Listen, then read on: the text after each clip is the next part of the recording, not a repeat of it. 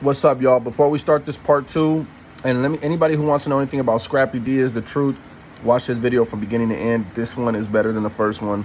His journey's crazy. It only gets better. Before we start this, I do want a quick shout out to Rojo over at A Convict's Perspective. Thank you for taking that video down on Snoop. Anybody else who got a video up on Snoop, you don't got his permission, it'd be appreciated if you could take it down. He would appreciate it. But aside from that, much due respect to him. Never had no foul intentions with him. He never had no problem with us. We're not calling him a snitch or an informant. You know what I'm saying? So let's get into this. Supposed to be knows, bro. I can't stand them dudes, bro. I can't stand them busters. You know what I'm saying? Running around these prisons. When I came to prison in '96, these dudes were fucking with punks. They were chasing punks. Yeah. You know, we can name names here, bro. I can tell you about the leaders on every yard that I hit. So these dudes that are saying that I was a straggler, I was just no, I was a Nathaniel. Look at how they get that misconstrued. Any yard I got to, I regulate the function. I went to, high desert and regulated the function on B yard. You know what I'm saying? I was on orientation there and regulated the function. You know, we had my boy, Balooch there. We had my boy, Playboy there. We had my boy, Robert Weezar there. Robert Weezar is a very well-known dude from Central. We had Real Dog from Broderick there. You know, these dudes were trying to tell me, to calm down, just kick back. I blew that yard up, bro. That's right. I blew that yard up. Went to the hole, blew that yard up, bro. And then they transferred me to Susanville across the street. You know, my point went up to level 3. You know, I was on the yard right there, bro, for literally 14 days. On my 14th day, I blew last in up. You know what I'm saying? And I was gangbanging. That's right. You know, I was pushing Serenos at that time. I was gangbanging. And that's the thing that differentiates. I was a gang banger, Chad. Yeah. I wasn't a gang member. Yeah. So let me my man, this is already a book right here in the making. But let's talk about the dude Scrappy. Yeah, so let's get back to Scrappy and Stranger. Okay. And Stranger. So look, now mind you, this is in the early 2000s I'm talking about. I'm talking 2000, bro. You know? When I created my movement, it was 2000. So they created in 2001, they created what was called the Sensitive Needs Yard. And they had it in Calipatria, which was a pilot program. It worked out. And then they opened one up in Mill Creek. So when they opened it up in Mill Creek in 2001, they transferred me.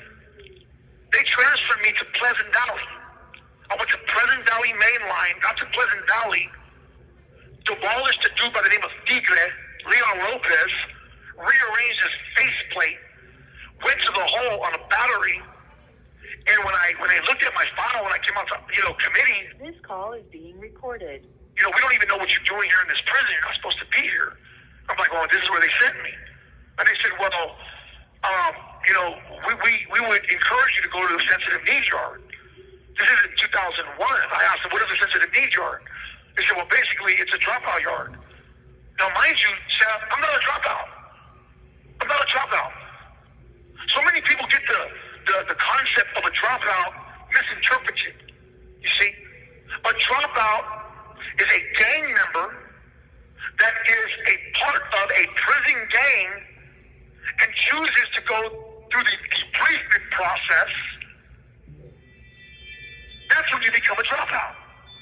I've never dropped in. How can you call me a dropout or label me a fucking dropout or insinuate that I'm a dropout when I've never dropped in? Yeah. So I emphasize that. I told them, look, I want you to send me to the fucking yard. So they sent me back to my cell, and a courageous dude by the name of Rob Trimble. Okay, I don't support law enforcement. For those of you who do, there's many who do. I don't support law enforcement. But this dude, Rob Trimble, he was courageous. He was the captain of C-Yard. And he literally had me pulled out by myself. And he said, look, dude, I looked you up. I like your story. I want you on my yard. But the thing is this, man, you have to sign this chrono. I'm not responsible if something happens to you. But if you want to get out the hole today, I said, what about my RVR? He says, don't worry about that. That's a rules violation report for those who don't know. Okay, yeah, rule violation report. I was already in the hole for battery on Leon Lopez. Okay. So I said, man, I would love to go to your yard. He drop this RVR from a battery to visual combat. And I'm going to have you come to my yard, and you get the paperwork, and you'll be out there within 48 hours. Yeah. So, 48 hours, I'm stressed out, wondering how come they're not coming to get me. The next day, 72 hours later, they came and got me, and they took me to Sea Yard. Anybody can vouch for this. 2001, Sea Yard, Pleasant Valley, was a GP mainline yard. It still is. And so when I got out there to the yard, they called it a 50-50 yard, thus meaning that, there's a group of these dudes that are sympathizers with the Nuestra Familia. But since there's 80 Northerners on the yard, these 15, 20 dudes that call themselves running this yard really ain't running shit. So they're right there, they're passive, and they're only taking off on. They do what, as you know, a lot of people in prison do. A lot of people build up a reputation by attacking, harmless victims. Yeah. They do heinous acts on defenseless dudes in order to build a reputation and make themselves look like a bunch of tough guys. So when I came out to the yard, mind you, I already had a following, bro. I've been doing this. I came to prison in '96. I've been against the grain. I've been regulating the function. I've been breaking these dudes' jaws and knocking their teeth out. You know what I'm saying? When I came out on December 31st, I came out strapped up. We went ahead. I had a knife fight with 6 dudes, bro. I had a knife fight with 6 dudes. and the video that's on YouTube about that incident is not the right video. I want to tell you that, too. That video was from New Folsom. Okay. The video from December 31st, that was just me by myself. Yeah. I didn't have none of my boys with me. The video on YouTube was me in New Folsom with my boy Baluch from downtown Sandro, my boy Little Ray from Modesto. We went ahead and 4 of us, attacked 12 dudes. That was that day, So now when I get to Pleasant Valley, I see that there's only about 15 dudes, 15 busters on this yard. We got literally 50 Norteños, and you got about 5, 6, sympathizers that are basically these dudes bitches. They're calling themselves soldados. They're not no fucking soldados, they're bitches. Followers. So when I see them, I see my boys, Dumbo from Fremont. Yeah. I see my boy Teluco from Tulare County. And these dudes are basically, they call themselves Snoop sympathizers back then. They have been places with me. Joker from Stockton. That's another one of my good friends. You know what I'm saying? So Chino from Modesto, he was there on that yard. Porky from San Francisco. These are all names of gangsters, bro. That weren't with that North Carolina shit. They weren't with that. These guys were Norteños, like myself. So, it only took a few days. I'm on orientation. I'm going to medical. I'm coming back, calling up my boys, and they're saying, hey, look, these dudes are looking for somebody to take off on you. I said, okay. Where are they? And these dudes kick it at their table over there by the handball wall, and they all kick it there. I'm like, oh, how many of them are out here right now? They said, well, there's about 11, 12 of them. I said, bro, let's get this cracking. Let's get this crack. I literally been on the yard for like 3 days, bro. Yeah. This call is being recorded. I'm not going to be a victim to nobody. Let's regulate this function, Playboy. Let's do this. And they're like, well, let's roll. And I'm like, let's roll. I grabbed the basketball from the brothers, rolled the basketball over there, ran like I was getting the basketball, and just ran to the crowd and just started creaming these dudes. That's right. I'm creaming these cats. Now mind you, this is a level 3 yard. Yeah. So we're just holding hands. We're just beating up these dudes. You know what I'm saying? Yeah. Long story short, they end up sending us all to the hole for, being involved in a melee. And the next day, Captain Trimble came, and he told me straight up, I did not give you permission to do this, man. What the fuck you doing? I said, hey, look, check it out. I'm not going to sit here and talk about none of this. But I do want you to know that anybody who comes and talks to you are the good guys. We're the good guys. So, somebody willing to talk to you, they're the good guys. And what I did was I utilized their rules against them. Yeah. Because as, a hermano, they say that during your 114 lockup, you can't come out and talk. Exactly. Bro, first of all, I'm the one who attacked you. I'm the aggressor in this incident. If I want to come out and talk and speak for mine, I'm going to be in control of my own narrative. I'm telling you how I'm talking. Exactly. I've always done that. Exactly. You know what I'm saying? I'm not going to give you guys no info. I'm not going to be in there for 30, 40 minutes, but I'm going to come out there for a few minutes and let them know, hey, I want a program, you know? That It's not part. what you think, you know? That part. So my boys came out to program. The only one that didn't come out to program was my boy's little brother, Carlos Roman from San Jose. His little brother, Jose, you know, he got manipulated, and they told him, hey, look, you know, don't go out, you're going to be good. And, you know, of course, he believed them, so he didn't come out. You know, they ended up going out to their yard, they ended up getting on him, you know? Yeah. So I stood in the hole a couple months. They ended up assessing my RVR, got found guilty, melee. They kicked me and my boys back out. Once we got kicked out, there was a lot of, there was a lot of questions that needed to be answered. Why did I do this? And I went ahead and did that. I followed protocol. You know, I'm not a dictator. You know, I'm coming to your guys' yard. This is why I did this. These guys are tough guys. These guys are fucking up your yard. I just got rid of these dudes. Let's not allow these dudes out on the yard no more. When they get here, let's get off on these dudes.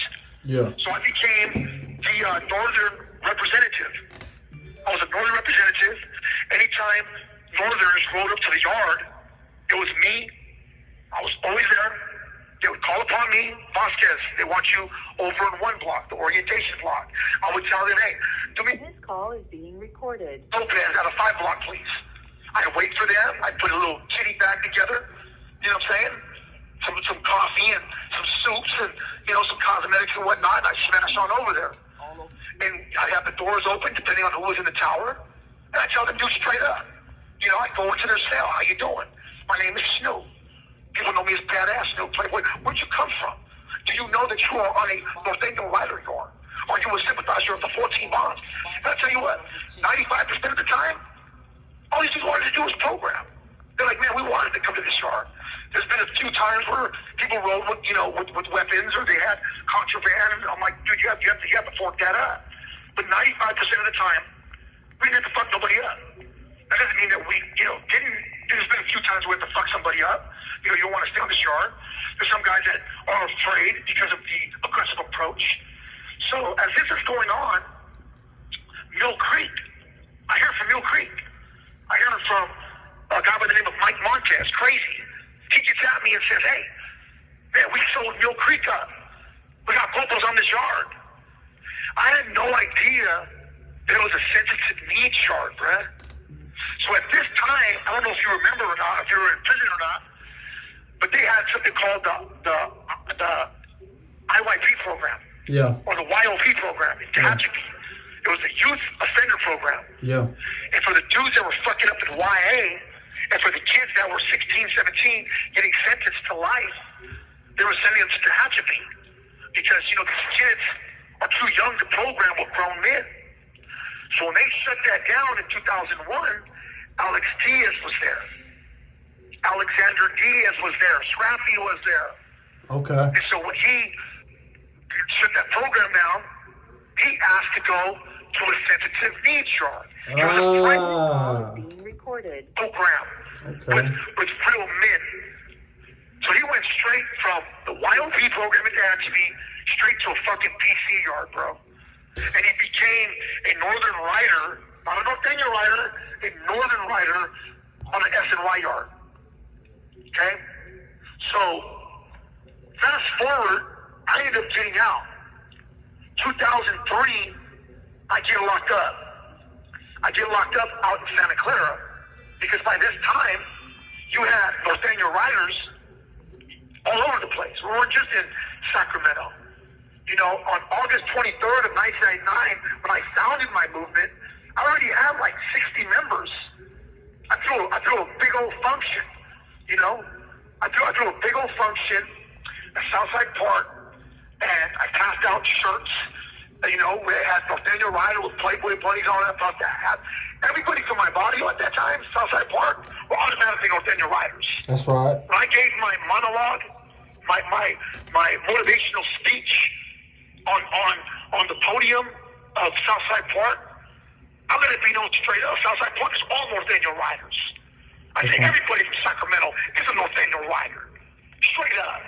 And what I was saying was, look, we're not going to let nobody from prison get out of fucking prison with these orders to come and tax us. I'm not your bitch. Okay? I'm not paying you no fucking money. You following me? That's right. So, fast forward, I'm in 2003. You know, to make a long story longer, I'm in the county jail. I go to a place called Snake Pits, and they have their shit together. I give them my paperwork. They're looking at it. I'm looking at them through the mirror, talking to the bail bonds. I'm trying to fucking see if I can get bailed the fuck out of here. I'm looking in the mirror, you know, in the window at the reflection, and they're looking at my name, and they're looking at their bad news list. Huh. So, of course, they walk up to me, and they say, hey, when you get off the phone, we need to talk to you. I'm going to be on the phone for a while, bro. I got things to do. I got business to take care of.